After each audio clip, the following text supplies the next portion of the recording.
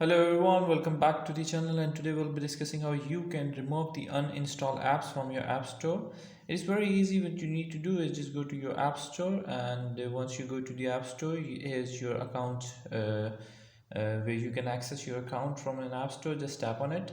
After tapping on it, you can see that there is an option of apps. Just tap on the app section, and here all the apps will come up even if you have deleted them.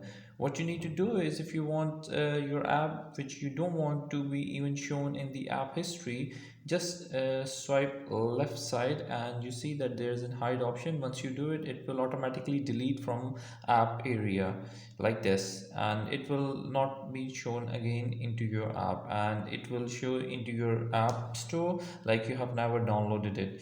So like this you can hide, and it will easily go like this. I hope this video helping out in removing the uninstalled apps from your app store, and this might be figuring out and sorting your issues.